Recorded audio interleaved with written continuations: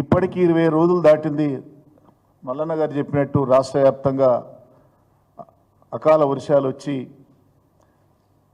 మరి వేల కోట్ల రూపాయల నష్టం వాటిల్లినా ఈ ముఖ్యమంత్రి కానీ మంత్రులు కానీ నిమ్మకు నీరెత్తినట్టున్నారే తప్ప వరదల్లో నష్టపోయిన కుటుంబాలకు చనిపోయిన వాళ్లకు ఇస్తామని ఎక్స్ప్రెస్ చేయలేదు.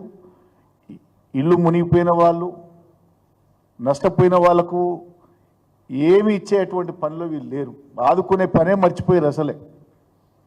ఏమైనా ఇప్పటికీ వరదల్లో నష్టపోయినలే కాకుండా ఈ ప్రభుత్వం ఇచ్చినటువంటి 6 గ్యారంటీల్లో ఏ ఒక్కటి కూడా అమలు చేయలేని పరిస్థితి ఇవాళ ఉంది.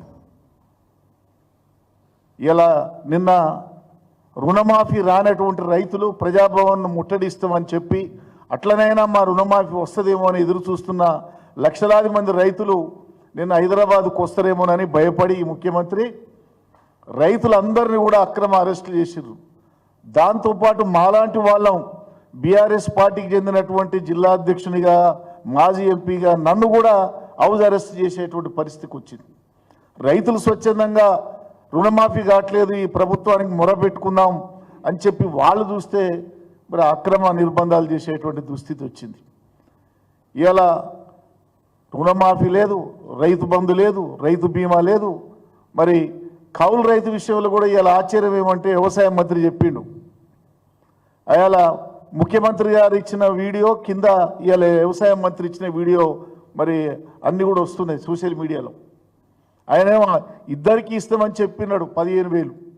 ఇవాళ వ్యవసాయ మంత్రి ఏమంటుండు, కౌలు రైతుకు మేము ఏ భరోసా ఇవ్వలేము, కౌలుదారుడు ఆ యొక్క యజమాని భూ యజమాని చూసుకోవాలి తప్ప మాకేం సంబంధం లేదని దాటేసే పరిస్థితికి వచ్చింది.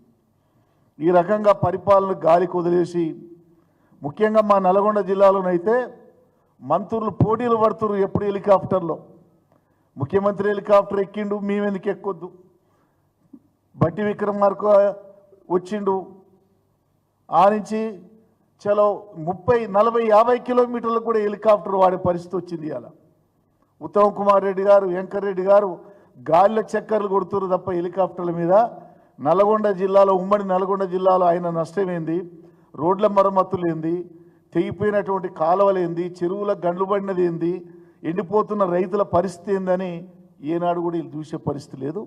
అందుకనే తెలంగాణలో ఉన్నటువంటి కాంగ్రెస్ ప్రభుత్వం అన్ని రకాలుగా విఫలమైపోయింది.